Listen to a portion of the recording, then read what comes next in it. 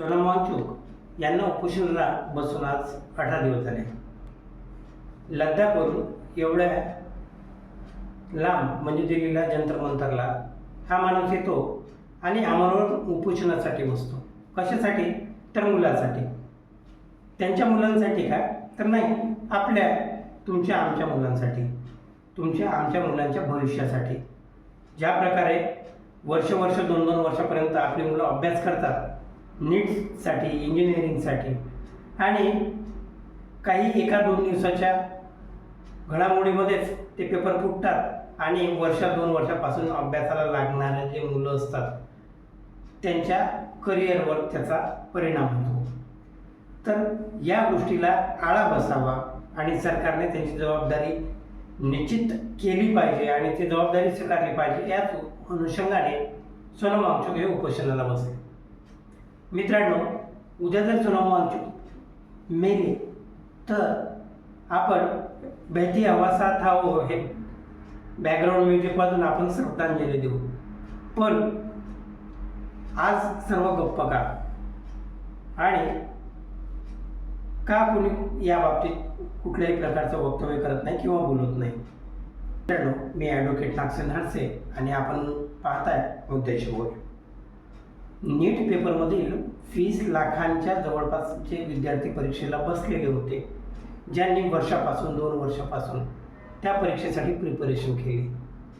आणि तेवढ्याच सहकार्यानं त्यांचे पालक आहेत, आईवडील आहेत, त्यांनी त्या मुलांना अभ्यासासाठी जे काय मदत करता येईल किंवा त्यांना जे काही प्रोव्हाइड करून देतील त्या गोष्टी प्रोव्हाइड करून दिल्या. ह्या सर्व झाल्यानंतर पेपरच्या 1 दिवस आधी 2 दिवस आधी बातमी येते की पेपर फुटला. पुढे चालून मग त्याच्यामध्ये CID इन्क्वायरी झाली, त्याच्यामध्ये दोषी आढळले. दुर्दैवानं त्याच्यामधला एक आरोपी मोठेगावकर हा महाराष्ट्रामधलाच निघाला. ह्या सर्व गोष्टी असताना CJP पार्टी असो, म्हणजे जे अभिजित दिपके असोत आणि सोनम वांगचुक या दोघांनी अशी मागणी केली की सरकारने या बाबीकडे शिक्षण या बाबीकडे गांभीर्याने बघून, कारण विद्यार्थ्यांच्या, मुलांच्या, इव्हन देशाच्याही भविष्याचा हा प्रश्न असल्यामुळे त्याच्यामध्ये गुणवत्ता असली पाहिजे, त्याबरोबरच त्या गुणवत्तेमध्ये सुरक्षितता देखील असली पाहिजे, जेणेकरून कुठल्याही प्रकारचे पेपर फुटणार नाही.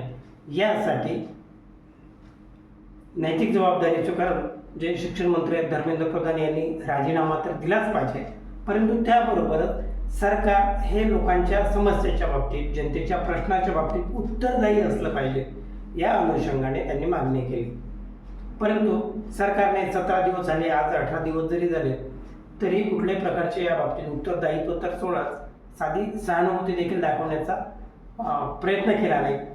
आणि त्या अनुषंगाने हा जो व्यक्ती आहे सोनम वांगचुक, जो तुमच्या आमच्या प्रश्नासाठी आज जीवना मरणाशी खेळत आहे, म्हणजे उपोषणाला बसत आहे आणि आज 8 किलो जवळपास वजन कमी झालेल्या, BP कंटिन्युअसली डाऊन होत आहे, अशा अवस्थेमध्येही तो आपल्या तत्वाशी तडजोड करायला तयार नाही. कित्येक क्षेत्रातील लोकांनी त्यांना विनंती केलेली आहे की उपोषण मागे घ्या, तरी हा माणूस तसोबरही मागे फिरत नाही आणि आपल्या तत्वापासून मागे हटत नाही. या माणसाला आणखीन आपण कुठल्या परिभाषेमध्ये बोलायचं? तर आपल्याला याबद्दल काय वाटते? आपले मत नक्की कमेंट्सद्वारे कळवा आणि व्हिडिओला लाईक शेअर तर कराच आणि चॅनलला सबस्क्राईब करा.